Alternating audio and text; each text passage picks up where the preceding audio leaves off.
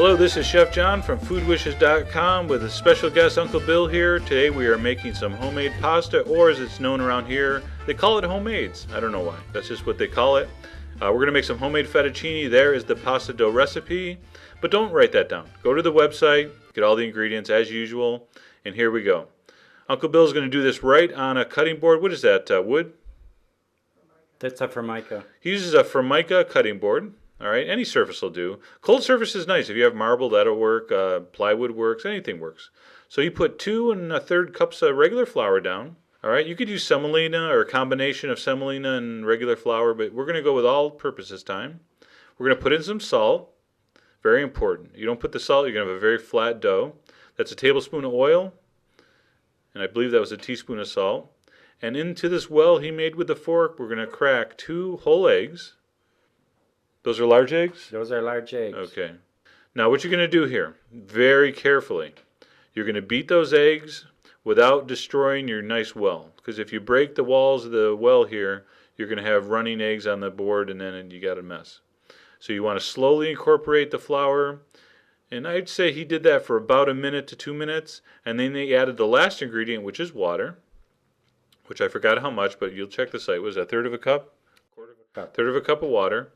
Now really be careful here. Just stir it slowly, little bit, teaspoon of flour at a time. And we're going to speed this up because the video would have been too long. He's fast, but he's not that fast. All right, so he's going to mix that in. And again, he's just taking about a teaspoon, half a teaspoon of flour at a time. And it's going to go from just total liquid to something that resembles more of a cake batter. See how thick that's getting? Now you don't have any problem with it running around. All right, so now you see him get a little more aggressive, add a little more flour. He's pushing the sides in. All right, and he's going to keep stirring. Now, at some point, he's going to get rid of the fork and just use his hands. Okay, so when he thinks he's got it thick enough to work, he's going to incorporate the rest of the flour.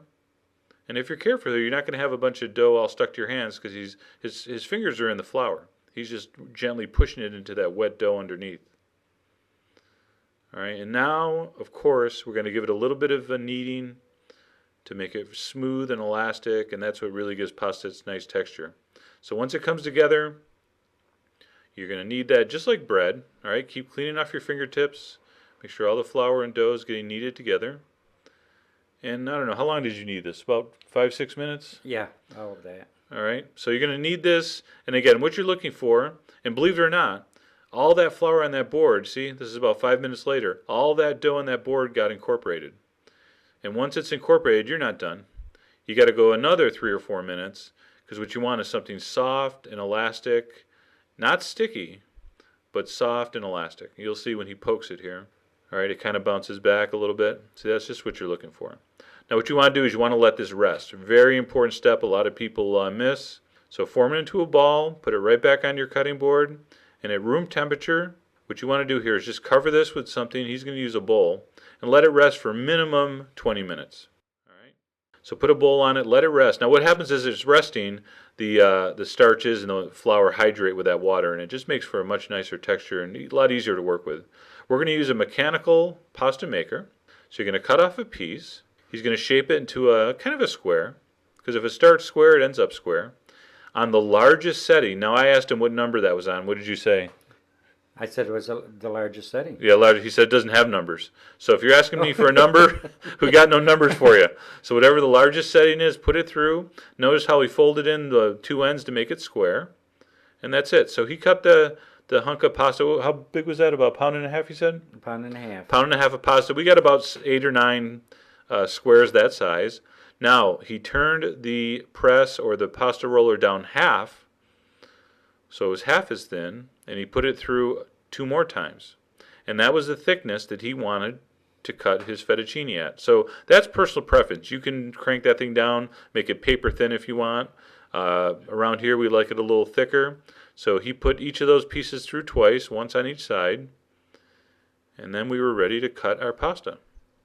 So far so good, very simple, very easy. Now there's 2 ways you can cut these, the fun way and the fast way. Here's the fast way. You feed it through the fettuccine cutter. All these pasta cutters are basically the same. They come with a thick fettuccine or linguine blade, and then they come with a thinner spaghetti blade. So this was the fettuccine blade. He just ran it through. He's got a really nice wooden dowel pasta drying rack here that makes it a lot easier. Or, here's the fun way. All right, and this is the way your mom used to do it. That's my mom. That's my mom's knife right there. All right, so you fold it, you just double it over, and just cut it with your knife in the same size pieces. And both ways work. All right, so this way you can tell your guests you had hand-cut noodles or hand-cut pasta. Will they care? I don't know. I don't care. All right, but that's how you do it with the hand method. Make sure you separate them. Some people just put these on a sheet pan to dry. Again, if you have one of these dowel racks, it really makes it nice. You see them separating those different racks so they're all evenly spaced, get nice air circulation. And that dried, how long does that take to dry, Bill? 3 hours or so. Yeah. All right, go to the site, get all the ingredients and the post today, and read about Uncle Billy's secrets. And most important, Enjoy.